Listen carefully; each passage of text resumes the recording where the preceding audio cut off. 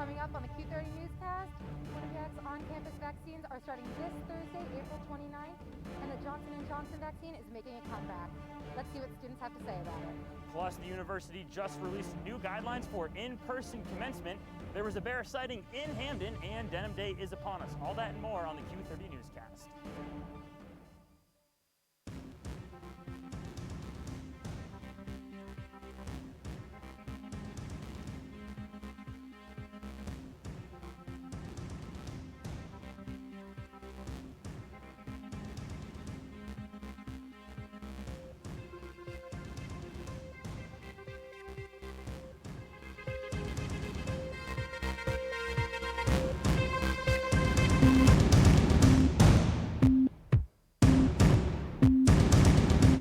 Welcome to the Q30 Newscast. I'm Jack Main. And I'm Carly McManus. Quinnipiac calls for attentions of the students due to the rising COVID cases as the university shifts back into yellow status.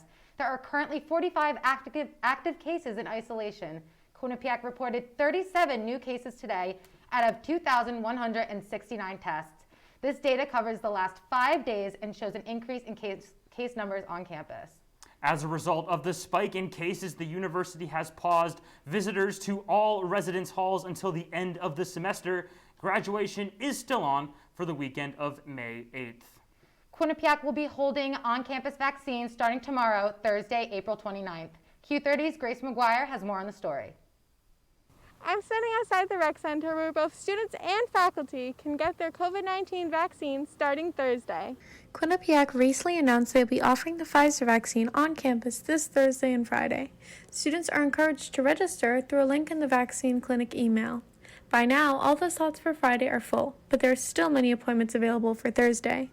One reason some students are not getting vaccinated at the clinic has to do with the timing of it. I chose not to go because with finals coming up, I was just kind of nervous to get any side effects from it, so I didn't want to be distracted. Meanwhile, some already vaccinated students hope others take full advantage of this opportunity. It should be really taken advantage of that we can come, sign up, get our vaccine very easily on campus, especially before going home and potentially spreading anything to our loved ones or communities. Even though the timing may seem inconvenient, the COVID task force has made easier ways for students to get both their first and second dose of the vaccine. We are doing a second clinic on campus, so students who want to travel back can.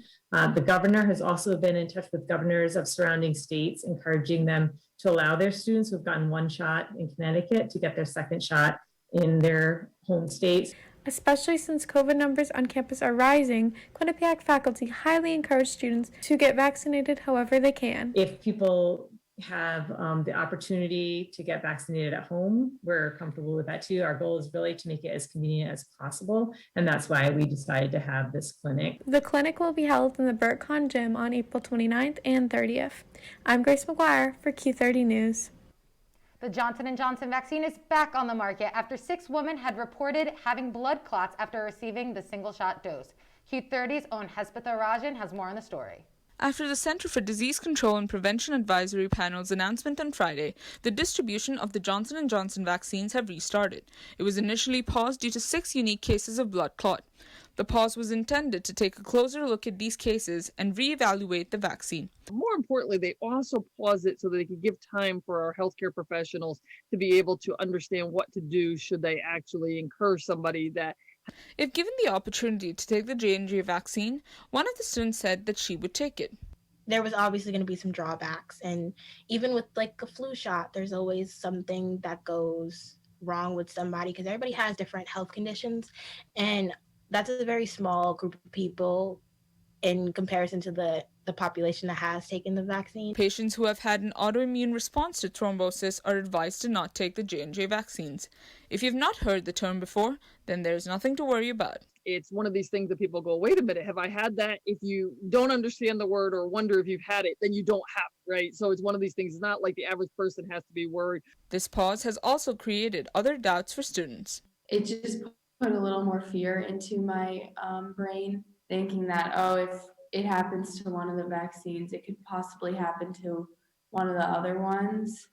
So it just made me on the fence a little bit more. However, what does this pause mean statistically for Johnson & Johnson? The recent poll that I saw from Medscape today, it said that 80% of people that either got Johnson & Johnson said they would get it again, or people who were scheduled to get it said that they wouldn't. So it doesn't seem to have a huge impact. Johnson & Johnson vaccines resumed after a 10-4 majority vote. For Q30 News, I'm Hepzibah Rajan. The university sent out an email blast to all students who will be participating in on-ground graduation next weekend. Q30's Hannah Mirsky has the story. In less than 2 weeks, students will be walking across the quad to receive their diplomas. But to do that, it requires following the guidelines Quinnipiac put in place for a safe commencement day. There are testing, mask, and social distancing requirements to ensure a safe day. To students who are in isolation or quarantine the day of the ceremony, they will not be able to attend the ceremony in person. They will have to attend virtually. Seeing the university practice the social distancing guidelines, students feel the university has done everything they possibly could to ensure a safe day, with parents or guests included. They've already practiced their setup on the quad and stuff. They've been doing all the COVID guidelines. After the class of 2020's graduation was canceled last year, students couldn't have imagined being able to have a somewhat normal commencement. This is something that I could have never imagined, but I'm glad that I do still get sort of that typical graduation experience, in person with some family there. But knowing they can experience this with their families, they couldn't help saying how grateful they were with smiles on their faces. As much as it would be nice to have my whole family with me, I'm very fortunate enough that I still have a couple more years ahead of me going into grad school. So it sounds so crazy, but I'm this is not even a real graduation for me. But for a lot of people, it is their last thing. Reporting for Q30 News, I'm Hannah Mirsky. The university sent out a reminder to all students mandating they change their Quinnipiac passwords following a network breach that was connected to a phishing incident. While there was no evidence that any QU-associated account was tampered with, the school says it is a necessary step to change your password to ensure all students are protected.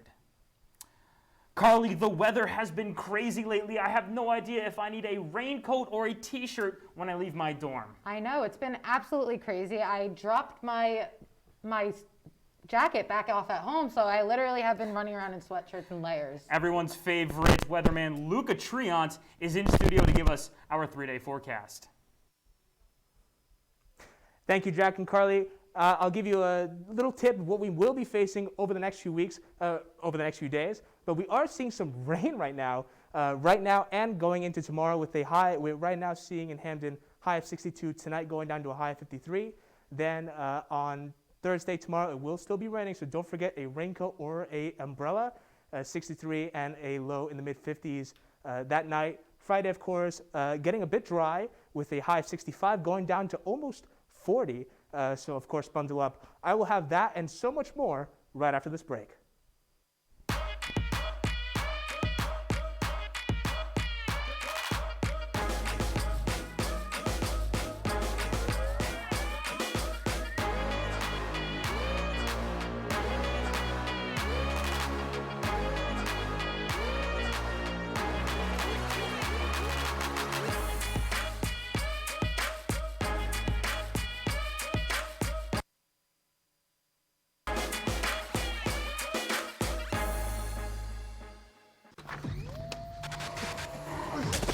Multiple studies have shown that marijuana can slow both driver reaction and response time, which can be really dangerous. It's here. It's here. Wait. What? I can't drive. Why? My. Oh.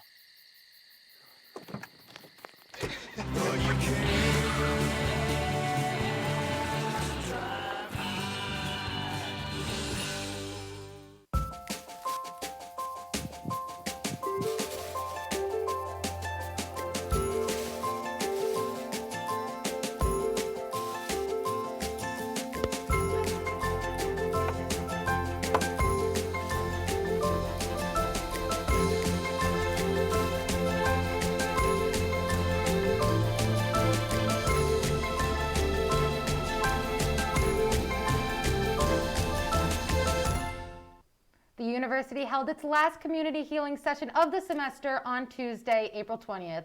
Vice President for Equity and Inclusion, Dawn Sawyer, sent out a heartfelt email to students encouraging them to join the Bobcat community in promoting positive mindsets throughout these challenging times.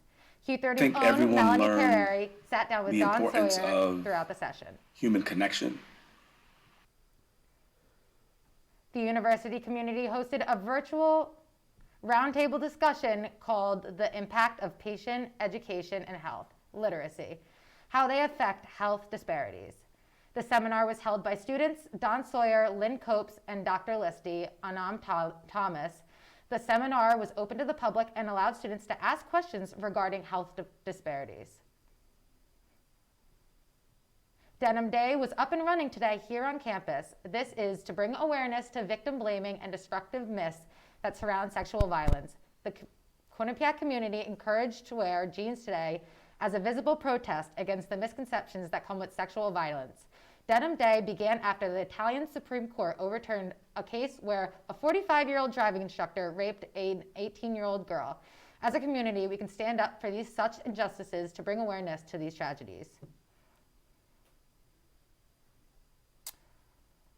Well, looks like we may have a little lag in the screen. We're going to go ahead and toss to our national segment. Kylesia Smith of Q30 is here to bring you the headlines around the country. Kai, what are we looking at? Thanks, guys. So, after seeing a rise in the number of vaccinated people in the United States and a fall in the rates of COVID-19 cases, the Centers for Disease Control and Prevention, also known as the CDC, issued a new guidance on outdoor mask use for fully vaccinated Americans. The CDC states that fully vaccinated people can now unmask at small outdoor gatherings or when dining outside with friends from multiple households. When unvaccinated people should still wear a mask at such gatherings. The Federal Health Agency stated that even if you've been vaccinated, you should avoid large indoor gatherings. Also, for the fully vaccinated who do choose to attend a crowded outdoor event, such as a live performance, parade, and/or sporting event, wearing a mask is recommended. Overall, the CDC advises both vaccinated and unvaccinated people to still wear their mask indoor public places such as a mall, movie, theater, or grocery store. On to some not so good news. Apparently, we may not have much gas for our cars this summer. And it's not coming from the shortage of gasoline itself. It's the tanker truck drivers that supply the gas who are in short supply. According to the National Tank Truck Carriers, the industry's trade group, somewhere between 20% to 25% of tank trucks in the fleet are parked heading into this summer due to a pause of qualified drivers. Executive Vice President of the NTTC, Ryan Striebler, said, and I quote, "We've been dealing with a driver shortage for a while, but the pandemic took that issue and magnetized it." But according to Holly McCormick, Vice President in charge of driver recruitment and retention at Grondike Transport, tanker operators are raising pay to try to fill those driver seats and raising the rates they charge customers accordingly. On somewhat a lighter note, with police training programs across the country under intense scrutiny after Derek Chauvin's murder conviction, one department in California is using several high-profile police killings of Black Americans as it trains the next generation of officers to better anticipate and respond to high-risk encounters. The Sacramento Police Department's training division has been using virtual reality to recreate real-world police encounters and incorporate lessons learned into its training curriculum. The training techniques have been largely shaped by the police killings of Stephon Clark in their actual city and also Ma'Khia Bryant, Dante Wright, and George Floyd. It has been made a point that Chauvin's trial has made officer training a focal point as further fueled national calls for police reform since Lloyd's killing last May. Guys, that's all I have for national news today. Back to you guys at the desk. Thank you so much, Kai. The Department of Athletics and Recreation here at Quinnipiac has reportedly decided on the next few club sports to become affiliated with the university. As of right now, only 12 sports are currently recognized as club sports, and one of Q30's reporters was able to sit down with the university official to explain the story. This is the second opportunity that students have had to apply Our initial wave was in the spring of 2019 when we had 10 open spots for, our initial rollout. Over the summer, the student body will be able to vote on which sports they want to join the university in an effort to keep the student body engaged. You start to question who you are. Like, is it me? Am I the one not saying the right thing in an interview? Am I just not good enough? When you constantly hear this over and over and over again about the experience, and you start to take it personally, but in reality, it's not your fault. There's nothing you can do about it. You just have to keep plugging away, just like you did on the field as an athlete. Quinnipiac University, with help from the athletic department, will be hosting a webinar about 4 Quinnipiac alum and their post-student athlete collegiate career. On the panel will be former basketball player Jasmine Martin, former field hockey star Megan McGlough, former hockey player Megan Turner, and recent grad and volleyball star Callie Oates. Well, Carly, it's about time for our second break, but when we come back, esteemed weatherman Luca Triant will break down your 7-day forecast. I know what you're thinking. I need a job.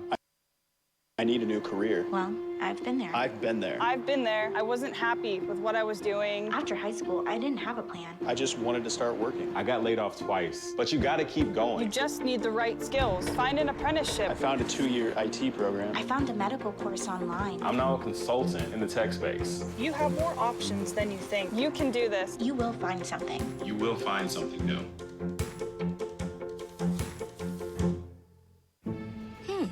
Maybe you can make retirement happen. After all, you made home ownership happen. Homeschooling yourself on loans, beefing up your credit score. So I'm pre-approved. You were like, yes! Sorry. Color coding listings, ticking boxes, and flushing every toilet in a 20-mile radius. Home sweet home. You aced House Hunter. Now get the tips you need to get on track at aceyourretirement.org. When we adopt a shelter pet, we discover they're a unique mix of all kinds of things. Come on, Jules, spotlight on this last one. There it is.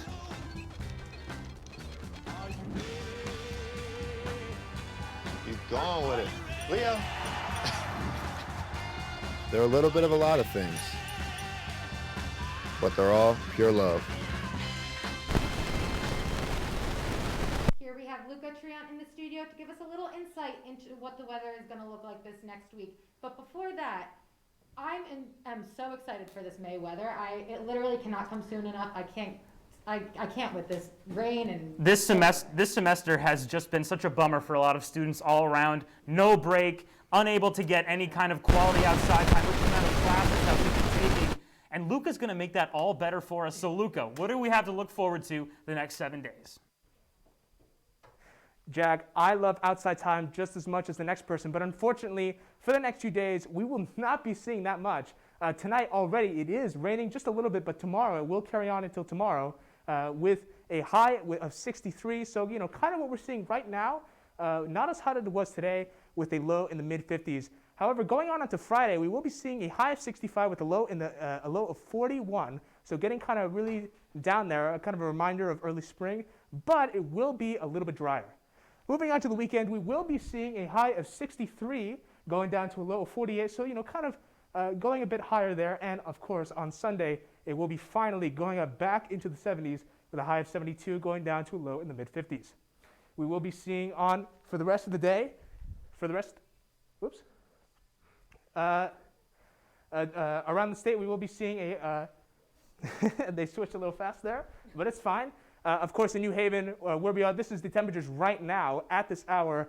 Colder down in New Haven near the water, but as you move a bit north to Danbury and Torrington, it is 64. So kind of stabilizing right there at that time. Hartford just 1 point down. However, on the other side of the state, we are seeing Norwich very, very cold at this hour relative to the other times.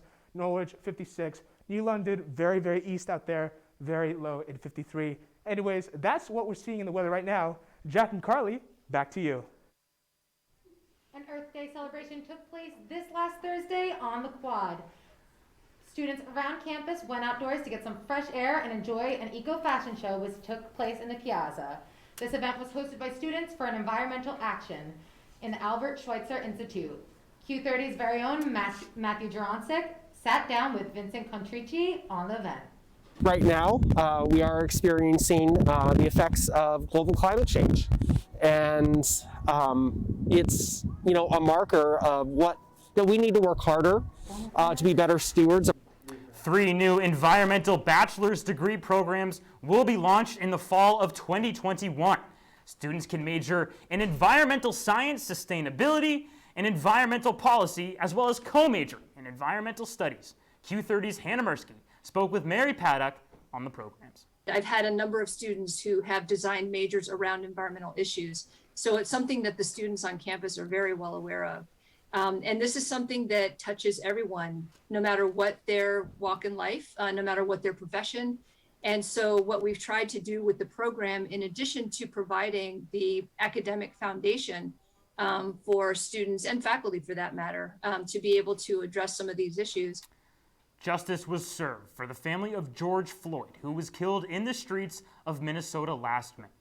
Last Tuesday, George killer Derek Chauvin was convicted of second-degree murder, and reactions spread across the country, including here in Connecticut. Vanessa Blasi has the story. The murder that started the entire Black Lives Matter movement last summer is now resurfacing to the public now that juries have finally reached a final verdict. Former police officer Derek Chauvin was found guilty of all 3 charges against him for the murder of George Floyd. After almost 1 year since his death, the jury convicted him of second-degree unintentional murder, third-degree murder, and second-degree manslaughter.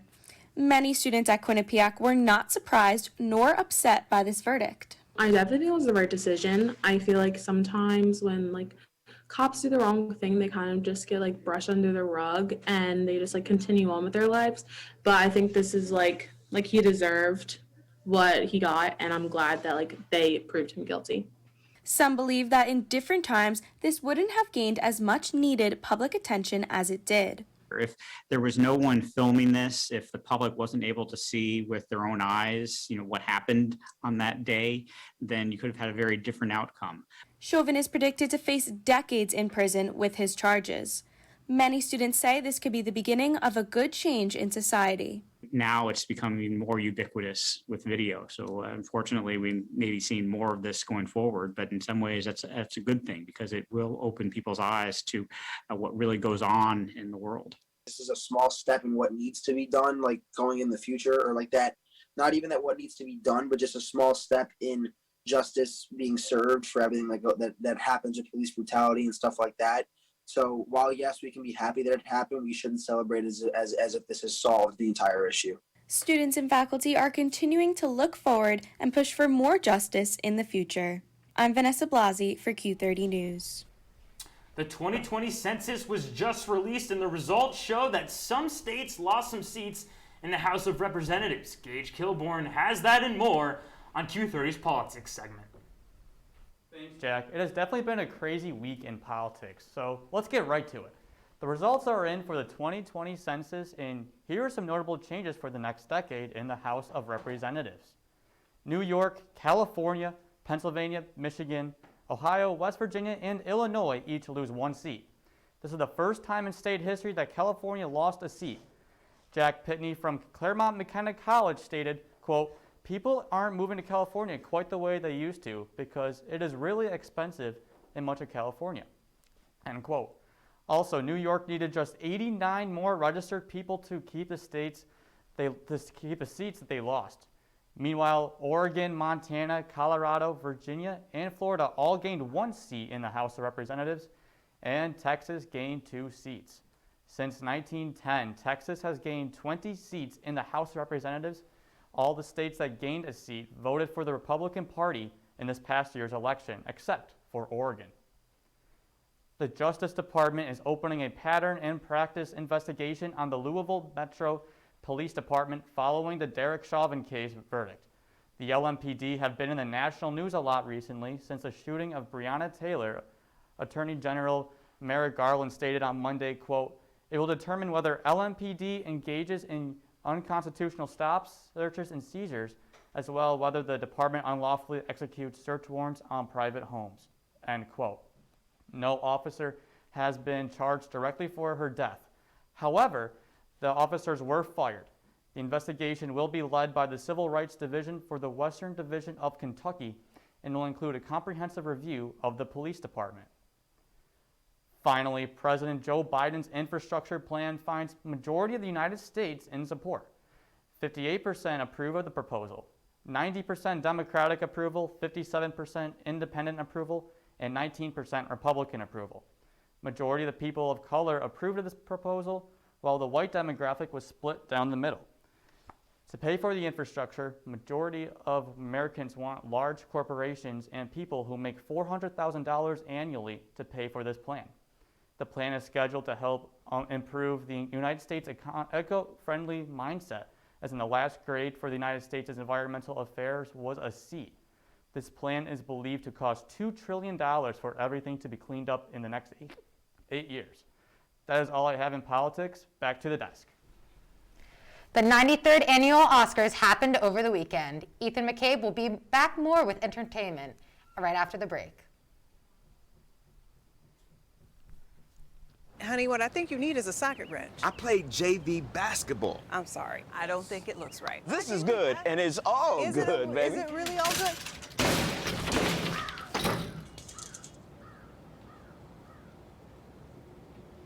If you love me enough to routinely test your handyman skills, not to mention the strength of your marriage, then of course you'll visit nhtsa.gov/therightseat to make sure I'm in the right car seat. I'm gonna call my dad. Meet the scan, a simple procedure whose mission is to detect lung cancer early.